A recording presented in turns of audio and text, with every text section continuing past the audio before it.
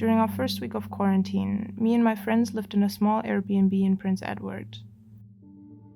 That is where we made our first impression of the vibrant city called Hong Kong. Maybe because it was a journey full of obstacles to enter the country with months of prior preparation and difficulties, the first week out in the open felt incredibly freeing. Preparation for Hong Kong was an emotional roller coaster with many challenges I had not been prepared for.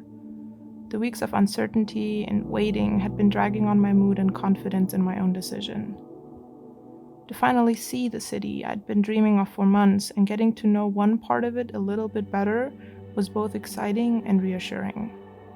Those circumstances are what turned that little part of Hong Kong into a place I felt at home. It was the first place here where I started to know where everything was located. I could just walk outside and find my way to the train station or the supermarket or my favorite restaurant, all without having to look at my phone.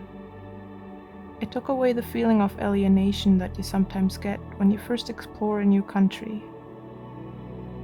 The feeling of looking like and feeling like a tourist, like an outsider who doesn't know how things work and where things are. The streets around our apartment were chaotic and dirty and unfamiliar, but for some reason that didn't make me uncomfortable.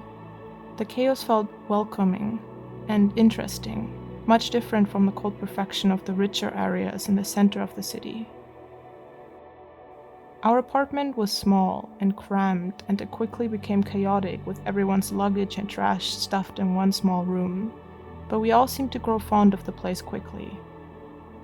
Sitting up on the bunk beds, talking or eating together made us feel like we were on a school trip, and after months of little social interaction, I think we all enjoyed the close company.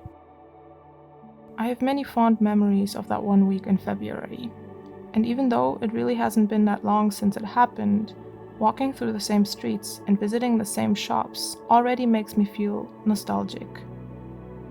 It triggers this weird combination of happiness and melancholy in my brain. Nostalgia is a weird feeling. Sometimes the smallest of things can cause you to go back to a place and time you had nearly forgotten about.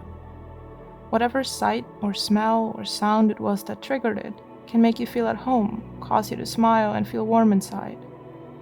But too much, and it pulls you into a spiral of melancholy. The painful realization that you will never be able to go back to that moment in time and experience the same emotions once more.